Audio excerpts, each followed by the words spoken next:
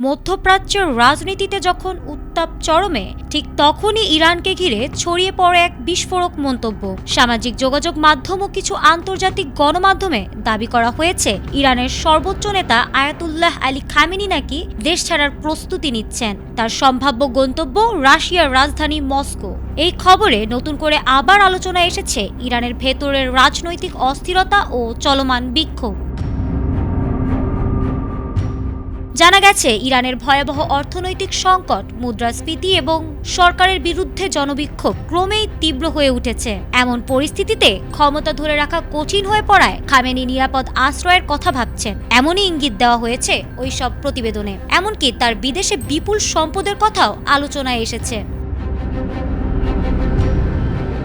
তবে এসব দাবি দ্রুতই নাকচ করেছে ইরান সরকার। ইরানের পক্ষ থেকে স্পষ্টভাবে জানানো হয়েছে, খামেনির দেশ ত্যাগের খবর সম্পূর্ণ মিথ্যা, ভিত্তিহীন ও উদ্দেশ্য প্রণোদিত গুজব। একে ইরান বিরোধী অপপ্রচার বলেও উল্লেখ করা হয়েছে।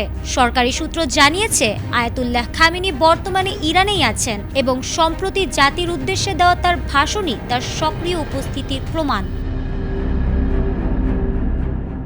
বিশ্লেষকদের মতে, ইরানের বর্তমান সংকটময় পরিস্থিতিতে এমন খবর ছড়ানো নতুন কিছু নয়। অতীতেও দেশটির নেতৃত্বকে দুর্বল দেখাতে নানা গুজব ছড়ানো হয়েছে। তবে বাস্তবতা হলো, ইরান এখন রাজনৈতিক ও অর্থনৈতিকভাবে এক কঠিন সময় পার করছে, আর সেই সুযোগেই গুজবের ডালপালা ছড়াচ্ছে দ্রুত। খামেনির দেশ ছাড়ার খবর আপাতত গুঞ্জনের মধ্যেই সীমাবদ্ধ।